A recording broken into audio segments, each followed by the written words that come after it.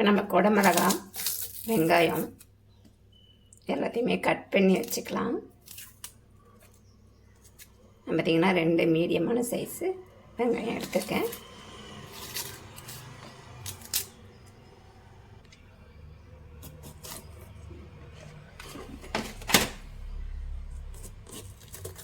நான் பார்த்திங்கன்னா ஒரு குடமிளகா எடுத்திருக்கேன், ஒரு பாக்ஸு காளான்.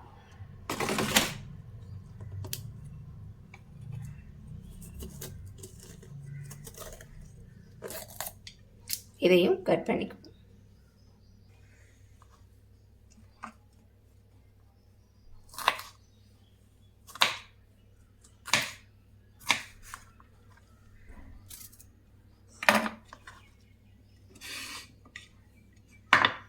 இந்த அளவுக்கு கட் பண்ணிக்கலாம்.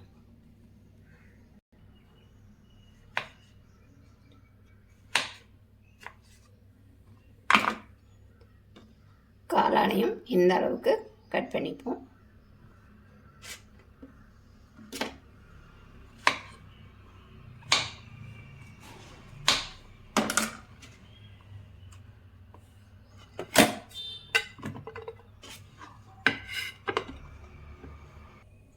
வெங்காயமும் கட் பண்ணியாச்சு. நான் 2 பச்சை மிளகாய் எடுத்துக்கிறேன், கருவேப்பிலை. வாங்க இப்போ எப்படி செய்கிறதுன்னு பார்த்துருவோம். இப்போ நம்ம மசாலா வறுத்து அரைச்சிக்கலாம். ஒரு 1/2 ஸ்பூன் அளவு மல்லி,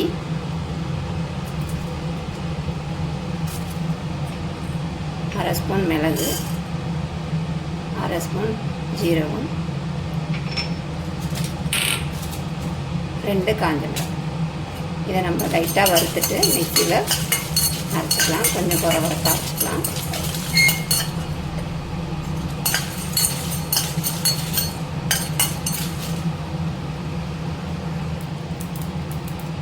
இப்போ பார்த்திங்கன்னா நல்லா வறுபட்டுருச்சு. நம்ம இறக்கிக்கலாம்.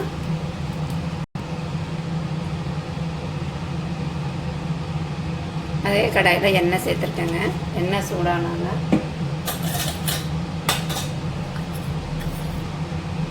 கொஞ்சமாக சோம்பு பொரிஞ்சோன்னா கட் பண்ண வெங்காயம், பச்சை மிளகாய், கருவேப்பிலை.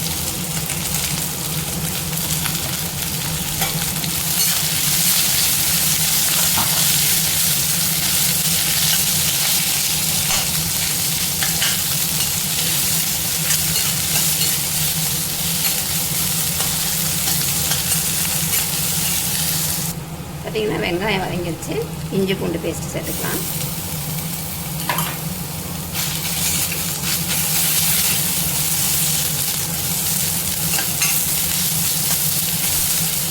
இஞ்சி பூண்டு பச்சை வாசனை போகிற வரைக்கும் நல்லா வதக்கிக்கோங்க.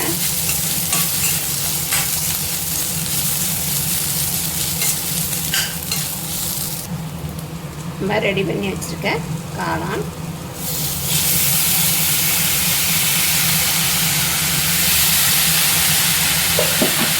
அது கூடவே குடமிளகாய்,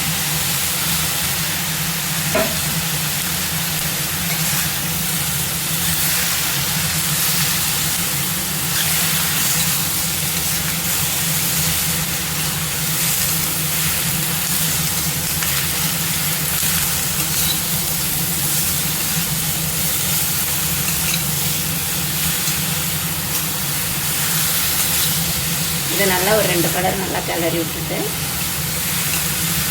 நம்ம மசாலா தான் சேர்த்துக்கலாம்.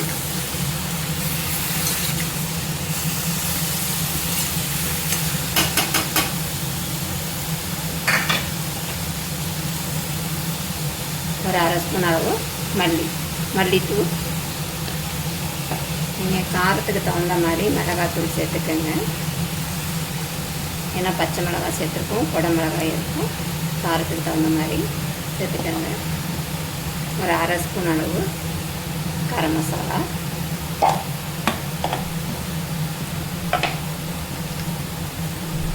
மஞ்சள்தூள், தேவையான அளவு உப்பு. நம்ம தண்ணியெல்லாம் சேர்க்கலைங்க. ஏன்னா நமக்கு காளான்லேருந்து தண்ணி சேரும், ஊறி வரும். அதிலே கலரி விட்டுக்கலாம்.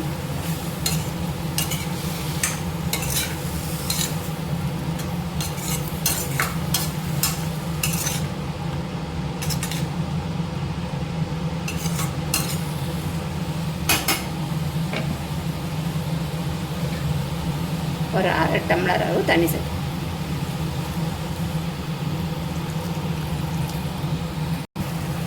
மூடி போட்டு ஒரு 3 நிமிஷம் இல்லைன்னா 4 நிமிஷம் இதை வேக வச்சுப்போம். பாருங்க, இப்போ நல்லா வெந்துருச்சு, தண்ணி நல்லா சுண்டிருச்சு.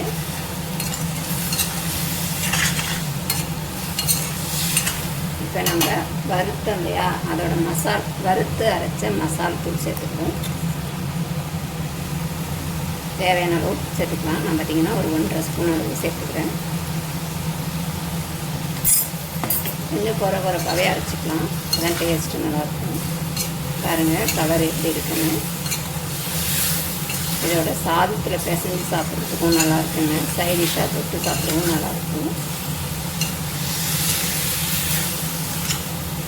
இதை போட்டு ஒரு கிளறிட்டு இறக்கணும்னா அருமையான குடமிளகாய் காளான் வறுவல் ரெடி ஆகிடுச்சு. நீங்களும் இது மாதிரி ட்ரை பண்ணி பாருங்கள். வீடியோ பிடிச்சிருந்தா ஷேர் பண்ணுங்கள், லைக் பண்ணுங்கள், கமெண்ட் பண்ணுங்கள். மறக்காமல் கலை கிச்சன் சேனலை சப்ஸ்கிரைப் பண்ணுங்கள். இன்னொரு வீடியோவில் சந்திப்போம். பாய். ஹாய் ஃப்ரெண்ட்ஸ், வாங்க இன்றைக்கி குடமிளகாயும் காளானும் வச்சு ஒரு வறுவல் பண்ணலாம். பார்த்திங்கன்னா இதை சுட சுட சாதத்தில் பிசைஞ்சு சாப்பிடும்போது அவ்வளோ அட்டகாசமாக இருக்குங்க. ஏன்னா மிளகு ஜீரகம் எல்லாம் வறுத்து அரைச்சி சேர்த்துருக்கோம். நல்லா காரஞ்சாரமாக நல்லா டேஸ்ட்டாக இருக்கும். வாங்க இது எப்படி செய்கிறதுன்னு போய் நம்ம வீடியோக்குள்ளே போய் பார்ப்போம். அதேமாதிரி குழந்தைங்கள்லாம் குடமிளகாய் விரும்பி சாப்பிட மாட்டாங்க. இந்த மாதிரி காளானோட கலந்து செஞ்சு கொடுங்க, விரும்பி சாப்பிடுவாங்க. இது தயிர் சாதத்துக்கு அட்டகாசமாக இருக்குங்க. வாங்க இது எப்படி செய்கிறதுன்னு நம்ம வீடியோக்குள்ளே போய் பார்ப்போம்.